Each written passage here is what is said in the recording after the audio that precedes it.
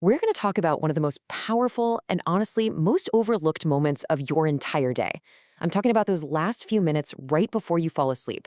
It turns out what you do in that tiny little window of time can literally change your entire tomorrow. I mean, does this sound familiar to you? You finally get into bed, your head hits the pillow, but your mind is just racing, right? You're replaying conversations from the day, you're worrying about your to-do lists for tomorrow. You're basically going to sleep completely wrapped up in tension. And if that sounds familiar, then this next part probably does too. You wake up and you already feel tired, like you're starting the day with your battery at 20%. It's this incredibly frustrating cycle, kind of like a Groundhog Day of stress. And it all starts with how you end the night before. So why does this happen? What is actually going on? Well, to get to the bottom of it, we've got to look at what's happening inside your mind in those pre-sleep moments. And according to the psychologist Carl Jung, this isn't just a time for rest. It's a moment when a really important doorway opens up. Okay, so to understand this doorway, you need to know about two key parts of your mind. During the day, your ego is in charge. That's your conscious, logical mind, the part of you that's managing your meetings, your social life, all that stuff. But as you start to drift off to sleep, the ego's guard drops, and that allows your deeper, unconscious mind to come forward. And this right here is the crucial point. Think of your unconscious mind as being wide open and super receptive right before you fall asleep.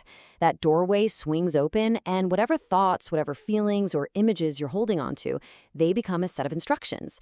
They're basically the emotional programming for the person you're going to be when you wake up. Jung himself put it this way: until you make the unconscious conscious, it will direct your life and you will call it fate. So what does that really mean? It means if we aren't aware of what we're feeding our unconscious mind every night, it's just going to run the show. We might think we're just having a bad day, but we might have actually programmed that bad day the night before without even knowing it. But here's the good news, and it's really good news. You can take control of this process. You can stop accidentally programming stress and start intentionally programming growth. And it all comes down to a super simple 2-minute ritual.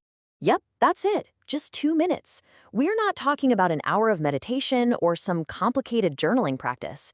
This is all about making one small, deliberate shift right before you drift off, just to break that cycle of waking up exhausted. So this ritual breaks down into 2 very, very simple steps. The first one is what we'll call the pause, and the second is creating your internal image.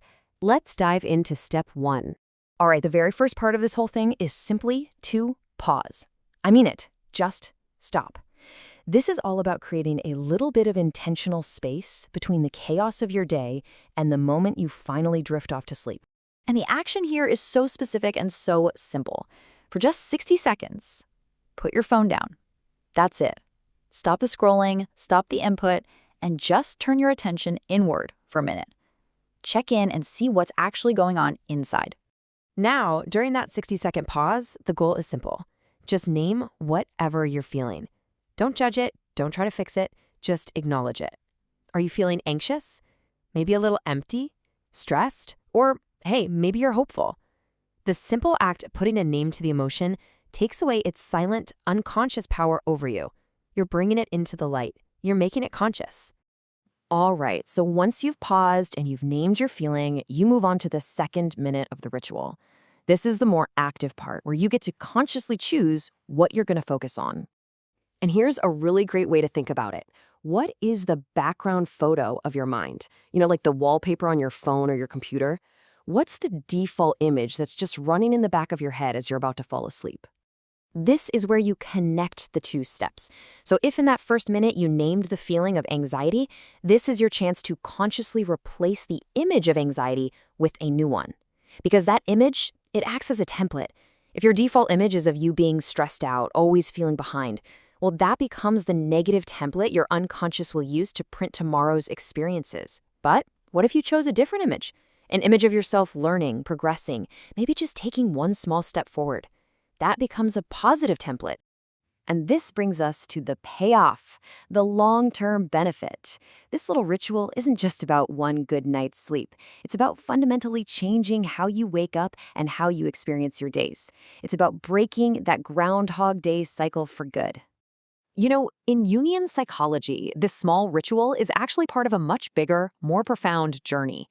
It's called individuation. And put simply, it's the process of getting your conscious and your unconscious minds to stop fighting and start working together as a team.